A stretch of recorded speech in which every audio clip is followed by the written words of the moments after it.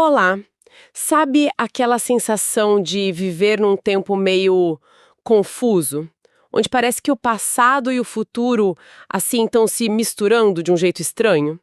Tipo aquela imagem clássica, né? Que a gente olha e, sei lá, ora vê um vaso branco, ora vê dois rostos de perfil. Qual que é a imagem real, afinal? Bom, o Boaventura de Souza Santos, num texto dele chamado Discurso sobre as Ciências, é lá de 1985, mas soa muito, muito atual. Ele usa justamente essa imagem para descrever o momento que o conhecimento científico está passando. E hoje a gente vai fazer uma análise mais a fundo desse texto, que é bem instigante. Nossa missão aqui é explorar a ideia central do Santos. Será que a gente está vivendo uma crise profunda? Talvez o fim de um modelo de ciência que dominou o pensamento ocidental por séculos? E quem sabe o começo de algo ainda incerto, mas potencialmente muito diferente. E o curioso, como o próprio Santos aponta, é que umas perguntas feitas há mais de 200 anos pelo Rousseau, sabe? Então, para a gente sentir o peso dessa tal transição que o Santos fala, acho que primeiro a gente precisa pintar um quadro bem nítido do que era essa ciência dominante. Certo, exatamente. Aquela que nasceu lá no século XVI. Isso, e que, de certa forma, ainda molda muito do nosso mundo. Como é que ela funcionava, assim, na base? Exato. Esse modelo que, bom, realmente ganhou corpo com figuras como Copérnico, Galileu, Newton e, claro, Descartes, não foi só uma evolução, sabe? Foi uma ruptura mesmo. Ele se construiu sobre algumas ideias muito fortes assim, que definiram o que a gente entende por ciência até hoje. A primeira, e talvez a mais fundamental, foi uma separação radical entre o conhecimento científico, que era visto como o único rigoroso, o único verdadeiro, e o senso comum, né, o conhecimento do dia a dia. Esse passou a ser visto como superficial, ilusório, cheio de erros. Quase como se tivesse um muro, né? Intransponível entre o saber do cientista e o saber das pessoas comuns. Precisamente. E junto com essa separação veio outra, também crucial, a de ser humano o sujeito que conhece, da natureza o objeto a ser conhecido. A natureza virou uma espécie de máquina gigantesca, Passiva. feita basicamente de matéria, que ele chamava de extensão, e movimento. Algo a ser decifrado, desmontado e, fundamentalmente, controlado. A gente não pode esquecer a ambição que o Francis Bacon declarou. Ele foi um dos pais dessa visão. Ele queria tornar o homem senhor e possuidor da natureza. Nossa, e essa é a ideia de dominar a natureza, parece mesmo central nesse modelo, né? Quase uma relação de poder ali desde o início. Totalmente. É uma visão instrumental, sem dúvida. E qual seria a linguagem para descrever e operar essa máquina toda? A matemática. Galileu foi muito categórico nisso. O livro da natureza está escrito em caracteres geométricos. Então, conhecer, nesse paradigma, virou sinônimo de quantificar, de medir, de expressar em números. Aquilo que não se encaixava em fórmulas, o qualitativo, o subjetivo, era considerado secundário, sabe? Quase irrelevante para a ciência séria. Entendi. Isso levou naturalmente ao método baseado no que a gente chama de reducionismo. Para entender um problema complexo, a receita era: divide ele em partes menores e analisa cada uma isoladamente. Separa as condições iniciais de um fenômeno, tipo o ponto de partida específico das leis da natureza, as regras universais imutáveis que governam aquilo. O grande objetivo era descobrir leis causais, focando muito no como as coisas funcionam, bem mais do que no para quê ou no qual o sentido. Leis que permitissem prever e, claro, controlar os eventos futuros. A premissa de fundo era de um universo ordenado, estável, previsível como um relógio. A famosa metáfora do mundo-máquina. Entendi. Temos então essa imagem da ciência como uma máquina de conhecer. Quase meio arrogante na sua certeza, né? Olhando com os olhos de hoje. Mas esse modelo foi pensado muito para entender, sei lá, astros, objetos caindo, a natureza lá fora. E nós, seres humanos, com toda a nossa complexidade, subjetividade, história, como é que tentaram encaixar a sociedade nessa forma tão rígida? Essa foi a grande questão do século XIX, né, com o nascimento das ciências sociais. E elas surgiram, assim, sob a forte influência do positivismo, aquela corrente filosófica que basicamente dizia que o método científico das ciências naturais era o único caminho válido para todo tipo de conhecimento confiável. Diante desse desafio de estudar a sociedade, surgiram basicamente duas grandes respostas, mas ambas, como Santos argumenta, ainda estavam presas na lógica desse paradigma dominante. Mesmo sendo diferentes entre si? Sim, a primeira vertente foi a mais, digamos, literal. Tentou aplicar diretamente os métodos das ciências naturais ao estudo do social. É a linha do Émile Durkheim, por exemplo, com aquela famosa recomendação dele de tratar os fatos sociais como coisas, como se fossem objetos externos, mensuráveis, buscando leis sociais objetivas. A ideia, no fundo, era que as ciências sociais estavam só atrasadas, sabe? Em relação às naturais, mas que o caminho era o mesmo. Ah, entendi. Chegariam lá, eventualmente, seguindo a mesma receita. Isso. Já a segunda vertente, ela reconheceu que a sociedade e a ação humana têm suas peculiaridades. Defendeu um método próprio, mais focado na compreensão do sentido subjetivo que as pessoas dão às suas ações, na interpretação. É a linha de Max Weber, por exemplo. O objetivo aqui era mais compreender os motivos, os significados e não só explicar por leis causais. Parece bem diferente da primeira, né? Parece, mas aí o Boaventura de Souza Santos faz uma observação crucial. Mesmo essa abordagem compreensiva ou antipositivista ainda partia da mesma separação fundamental do paradigma dominante. A natureza continuava sendo vista como aquela máquina lá fora e o ser humano como algo radicalmente distinto. No fundo, as duas abordagens bebiam da mesma fonte filosófica, sabe? Faz todo sentido. Mesmo discordando nos métodos para estudar o humano, as duas mantinham a natureza como um reino à parte, objetivo, mecânico. Ok, então temos essa ciência triunfante, dona da verdade, mas aí, como o Santos argumenta, a casa começa a cair. E o interessante que ele ressalta é que muitas das rachaduras vêm de dentro mesmo, né? Do próprio avanço científico. O que foi que começou a abalar essa fortaleza que parecia inabalável? Exatamente. A crise tem muitas faces, mas muitos golpes vieram do próprio sucesso da ciência.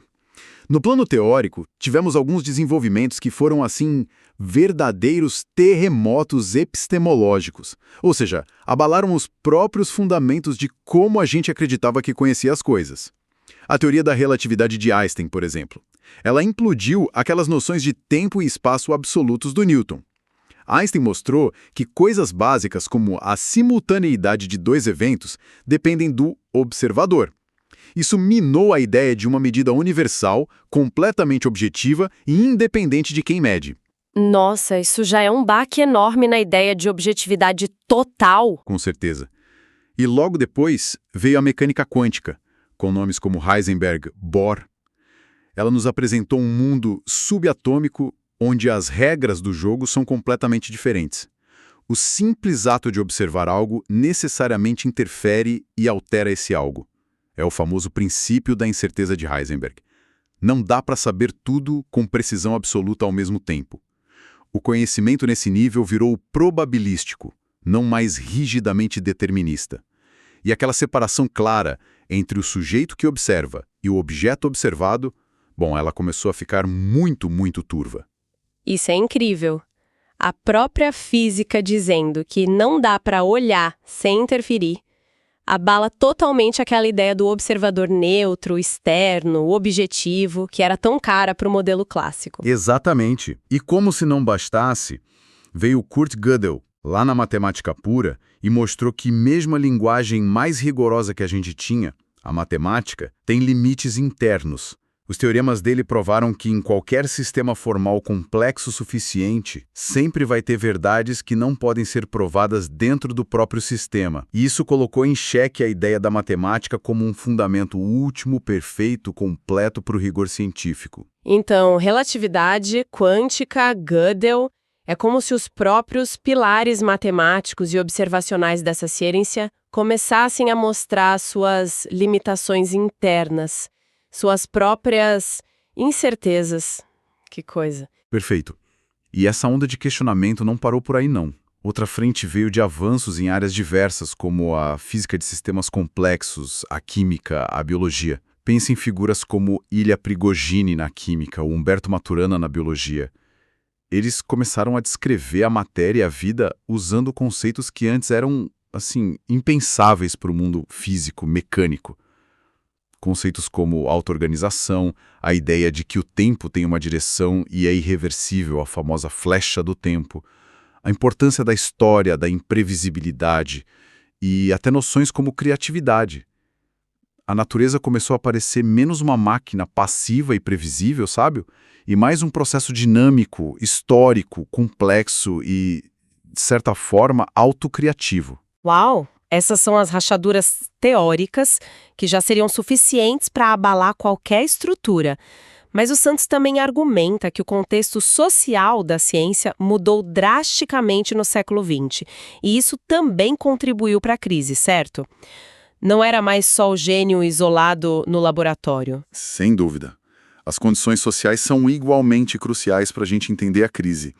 Santos aponta para a industrialização da ciência, especialmente depois da Segunda Guerra. A pesquisa científica ficou cada vez mais atrelada a financiamentos enormes, a interesses econômicos de grandes corporações, a objetivos militares. Aquela imagem do cientista buscando a verdade desinteressadamente, ela perdeu muito da sua força. Isso gerou, por um lado, uma hierarquia imensa dentro da própria ciência, com uma elite poderosa e uma massa de pesquisadores quase proletarizados, como ele diz. Por outro lado, aprofundou as desigualdades globais, concentrando a produção científica nos países ricos. Faz sentido. A dinâmica mudou completamente. E talvez o ponto mais crítico socialmente. A ciência mostrou de forma brutal e inegável seu imenso potencial destrutivo. A bomba atômica foi o marco zero, claro, mas pensemos na crise ecológica que já se avolumava, na ameaça constante de aniquilação nuclear durante a Guerra Fria. Tudo isso levantou questões éticas e existenciais muito profundas. Aquele conhecimento focado só no controle e na manipulação, que era a promessa do paradigma dominante, será que estava realmente nos levando a um mundo melhor? A que custo vinha esse progresso todo? Uma pergunta que ecoa forte até hoje, sem dúvida nenhuma. E soma a isso o problema prático da superespecialização. O conhecimento se fragmentou de tal maneira que se perdeu a visão do todo. Santos usa exemplos ótimos, tipo o médico que é especialista no rim, mas não vê o paciente que é dono daquele rim. Ou a tecnologia criada para um fim específico, mas cujos impactos sociais ou ambientais de longo prazo são ignorados ou descobertos tarde demais. Essa fragmentação toda gera ineficiência e uma crescente desconfiança na capacidade da ciência, desse modelo, de lidar com os problemas complexos do mundo real, que não vêm em caixinhas disciplinares separadas, né? Ok, o quadro da crise é bem complexo mesmo. Abalos teóricos internos, mudanças sociais profundas, consequências práticas problemáticas. O modelo antigo parece mesmo estar em xeque. Mas o Boaventura de Souza Santos não fica só na crítica, né? E isso é o mais instigante do texto dele. Ele ousa imaginar o que viria depois. Essa ideia de um paradigma emergente, de um conhecimento prudente para uma vida decente, é muito poderosa. O que caracteriza essa nova ciência que ele começa a esboçar? Como ela seria? Exato. Ele não dá uma receita pronta, claro, mas ele traça o perfil de um paradigma em gestação, que seria radicalmente diferente do anterior. Ele organiza essa visão em torno de 4 teses principais, que realmente fazem a gente repensar o que é ciência. 4 teses? Vamos a elas. Qual a primeira? A primeira tese é bombástica. Todo conhecimento científico natural é também científico social. Ou seja, aquela separação rígida entre ciências da natureza e ciências humanas simplesmente não se sustentaria mais. Conceitos que emergiram com força na física e na biologia recentes como história, processo, auto-organização, contexto, são também conceitos-chave para entender a sociedade. E aqui vem a inversão mais radical. Santos sugere que as ciências sociais, e especialmente as humanidades com seu foco na interpretação, no sentido, na subjetividade, poderiam fornecer as metáforas e os quadros conceituais para unificar o conhecimento. Ele cita o exemplo de Prigogine, usando termos como revolução ou dominação para explicar o comportamento de partículas. Haveria uma revalorização imensa das humanidades. O mundo, natural ou social, passaria a ser entendido talvez por analogias como um texto a ser lido, um jogo complexo, um drama sendo vivido ou uma biografia sendo construída. Peraí, isso inverte completamente a hierarquia tradicional. Quer dizer que, sei lá, a poesia ou a filosofia poderiam nos ajudar a entender física de partículas ou a crise climática, segundo essa visão. Exatamente nesse sentido, de fornecer metáforas, modelos de compreensão, um quadro de sentido mais amplo que a pura quantificação não alcança. É uma ideia revolucionária, sim. Uau! Ok. E a segunda tese? A segunda tese complementa isso. Todo conhecimento é local e total. Parece um paradoxo, né? Local e total. Mas a ideia é que o conhecimento avançaria focado em problemas concretos, situados, locais. Entender a dinâmica específica de um ecossistema, resolver uma questão de saúde numa comunidade, cocriar uma tecnologia apropriada para um contexto particular, mas, ao mesmo tempo, esse conhecimento local buscaria uma compreensão total, não por generalização estatística para criar leis universais abstratas, como na ciência moderna, mas pela sua exemplaridade, ou seja, mostrando como aquele estudo de caso profundo ilumina questões humanas e naturais mais amplas, por analogia, pela riqueza da descrição.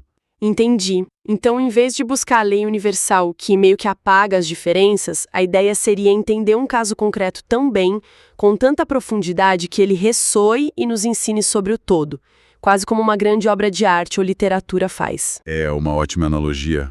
Exatamente. E isso implicaria, segundo Santos, usar múltiplos métodos de forma flexível, o que ele chama de transgressão metodológica. E também experimentar estilos de escrita mais diversos, pessoais, talvez até mais literários. Ele menciona antropólogos como Geertz ou pensadores como Foucault que borram essas fronteiras entre ciência e escrita. Interessante. E a terceira tese? Ela aprofunda a questão do sujeito, né? Isso. A terceira tese é: todo conhecimento é autoconhecimento. Aqui, aquela distinção sujeito-objeto que já estava abalada pela física quântica se dissolve de vez. O cientista teria que reconhecer que seus valores, sua história, sua cultura, sua própria subjetividade não são ruídos a serem eliminados em nome da objetividade, mas sim parte constitutiva do conhecimento que ele produz. A ciência seria vista menos como descoberta de uma verdade externa e mais como uma criação, uma construção na qual o Criador está inevitavelmente implicado. Santos chega a dizer que seria uma forma de autobiografia. Ele lembra como o próprio Descartes, o pai do racionalismo, começa o discurso do método contando sua trajetória pessoal. Isso muda tudo. A ciência como autobiografia? Então a busca não seria mais por controle objetivo, mas talvez por compreensão engajada? Por sentido? A relação com o conhecimento se tornaria mais pessoal, talvez até estética? Exatamente. O foco mudaria da manipulação para a interpretação, a compreensão, quem sabe até a contemplação. E isso nos leva à quarta e última tese, que conecta tudo isso de volta à vida prática. Que seria? Todo conhecimento científico visa constituir-se em senso comum. Lembra daquele muro inicial entre ciência e senso comum? Lembro, a separação radical. Pois é. Aqui, a proposta é a oposta.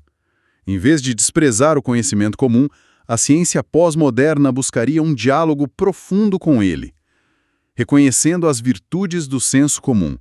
Ele é pragmático, orientado para a ação, ligado à experiência vivida, tende a valorizar a simplicidade e a responsabilidade pelas consequências do que se sabe e faz.